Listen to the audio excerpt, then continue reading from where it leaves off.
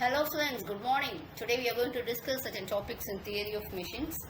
Okay, it's an important subject for the semester 3. Okay, let's see it, whatever it is. Actually, it involves two elements like kinematics and dynamics. We'll see what it is. So what is theory of machines?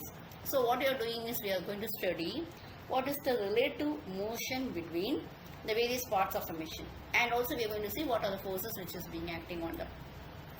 This is very essential for an engineer for the designing of various parts of a machine.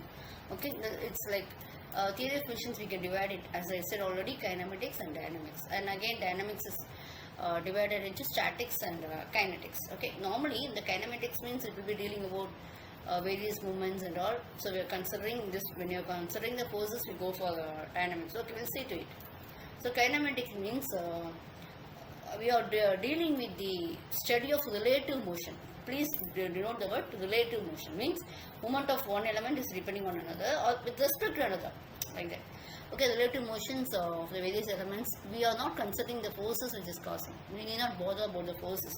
We are learning how it is acting, how the relative motion is being carried out.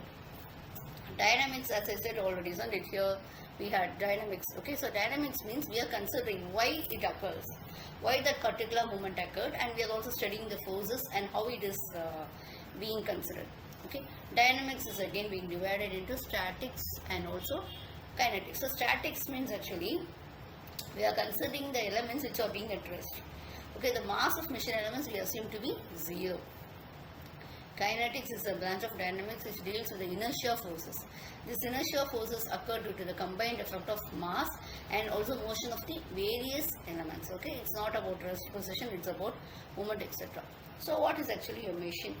So a machine means it's a device which by means available energy could be converted into useful form. A machine is an apparatus for applying mechanical power. It has a number of interrelated parts and each will have a definite function. So that is actually the term machinery means it is denoting an assembly that includes both machines and also mechanisms. That also I am saying now.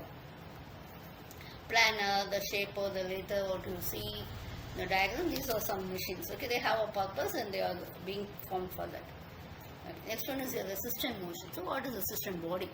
It's a body which is capable of transmitting the required type of motion with applicable force on it with negligible information. So the body will not deform. Actually, will any body be without deformation? Can you see? See, when a large force is applied, each and every body, including human beings, will be deforming, isn't it?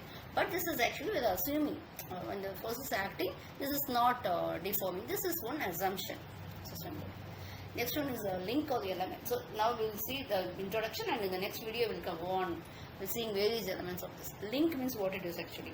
The link, what we call it is a single part, or it is actually a resistant or an assembly of connected parts of a machine which has a motion related to some other part of the machine. It is an assemblage of resistant bodies.